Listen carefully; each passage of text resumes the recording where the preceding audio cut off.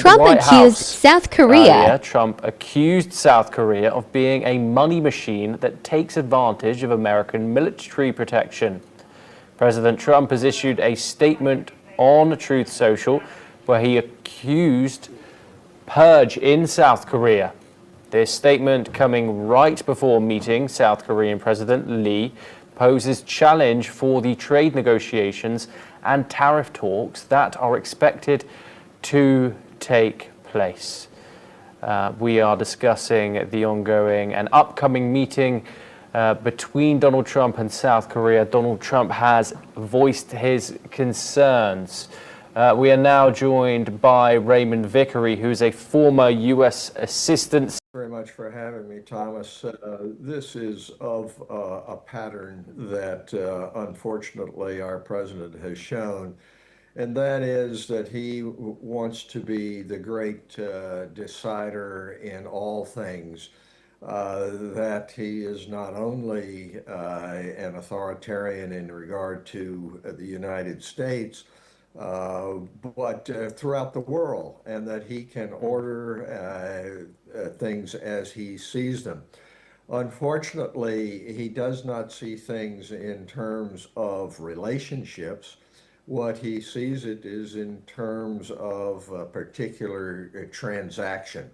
So it's very difficult to discern why he wants to interfere in domestic politics in South Korea, except that he does play to his MAGA base on the question of people receiving, nations receiving the security guarantees from the United States without paying enough money for it. This goes back to the whole transactional view of the world that President Trump holds. The transactional view in international affairs is particularly harmful because it's not any one action such as the amount of money that you are going to receive as a part of the defense cooperation, but it's a question of a larger relationship. It's a question of building democracy, the values that the United States and even South Korea, Japan, other great democracies, India have adopted. What about our security cooperation with the U.S.? Raymond, of course, and you see, as you said, you've seen patterns here where Donald Trump does criticize, and of course his administration and his allies do criticize foreign governments and the actions of them. Brazil being an example, Germany, France, another.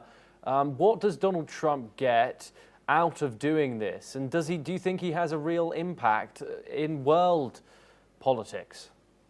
Well, he has an impact, but it's very harmful because it destroys the trust which has to underlie any of these relationships.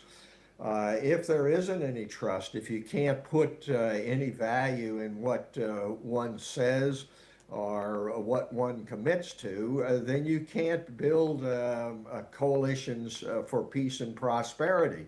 And you rightly point out this is of a pattern with NATO, saying NATO countries weren't doing enough. Brazil doesn't like the way Bolsonaro is being treated. Interference in without any discernible strategy other than the aggrandizement of President Trump. Somehow he thinks that the more he it just interferes wherever it is, that more likely he is to get a Nobel Peace Prize or be praised as a great man.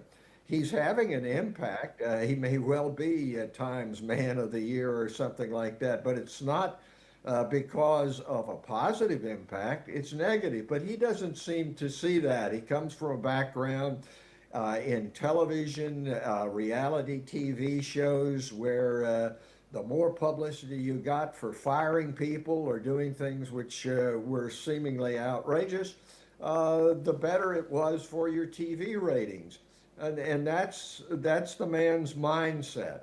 It's a very, very difficult and dangerous time for all of us in the democracies of the world, and the United States, quite frankly, needs the help of others to provide some form of stability here, which President Trump seems bent on destroying. Raymond, obviously this meeting is going to come up later today. Trump, prior to it, has accused South Korea of being a money machine that takes advantage of American military protection.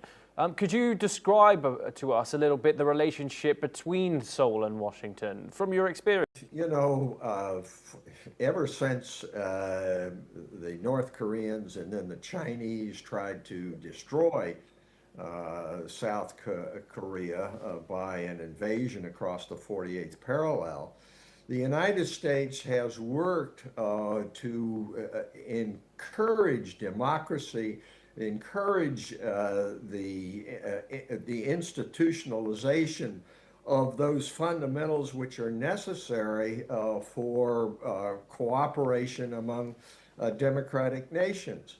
That progress has been uneven. It goes up and down, but that's true of any democracy. But what Trump is doing is turning this history of building democracy, values, relationships on its head. And what he's doing is saying, well, if you can't do what I say today and flatter me as the great man, then you're going to suffer the consequences for it. And those consequences first show up in regard to tariffs, but they also show up in regard to demands for greater amounts of money or material in regard to the security arrangements.